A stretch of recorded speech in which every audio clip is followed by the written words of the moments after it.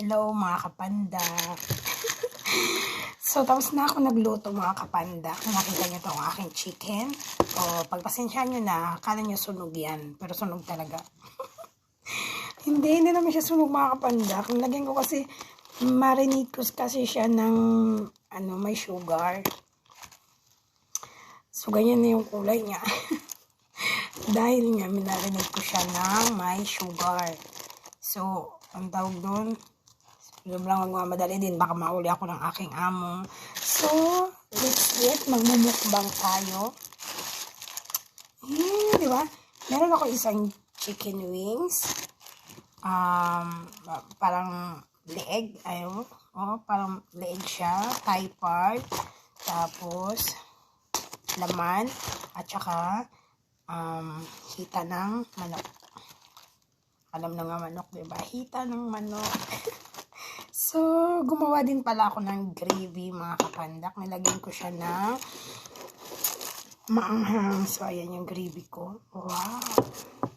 Yummy. Kasi nung nakaraan, gumawa ako ng gravy, maalat.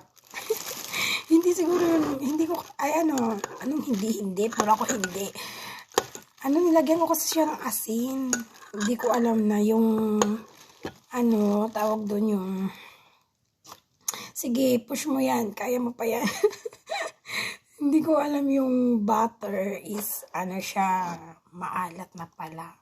Diba? Parang pag-ibig lang yan maalat. So, meron din akong green tea. Pangtanggal umay. So, meron pa naman akong natira dito, mga kapanda. Hindi ko siya, siyempre buong manok to, mga kapanda ko, no? At saka ito yung kubos nila. Hindi tayo pwede kumain ng kanin. Wala tayong kanin ngayon. At siya, yun na, magkain na tayo mga kapanda. Let's eat na tayo mga kapanda. Nag-pray na pala ako mga kapanda. O, tingnan nyo. Wow. Hindi naman siya ma-juicy. Pero di ko naman ito ubusin ha. Baka sabihin nyo naman, ubusin ko to. Baka bash nyo ako. Grabe naman ako kumain. Hindi ako masyadong mahilig kumain ng ganito mga kapanda. Kunti.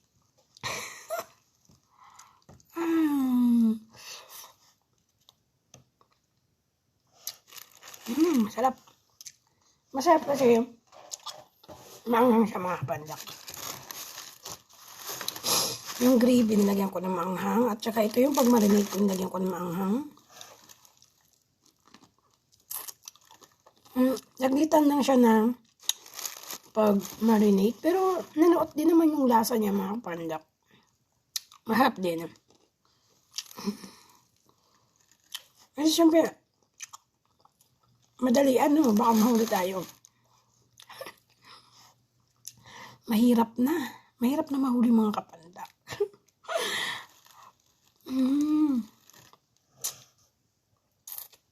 Harap. Sarap, pamis. Ito yung kubos. Kakainin natin. Buksan natin. Ito yung ito yung Arabic bread nila. Kung sa atin fita ata ang tawag nito, yung parang pang shawarma. So, ayan. Lagyan natin dito. Kasi, mga pag hindi mo siya ibalot agad sa cellophane or mga plastic ganun, ang bilis niyang mag-dry. Ang bilis mag-dry. Sana all nag-dry. Mabilis siya mag-dry nga. Mahirap ng gravy ko mga panda. So, kabilin-bilinan pala ng aking jowakers na huwag akong kumain na madami. Kasi pag stress. Kasi pag stress ako, madami akong kumakain. So, huwag daw akong dumain yung madami. So, hindi wala naman akong kanin, di ba? Chicken lang yan.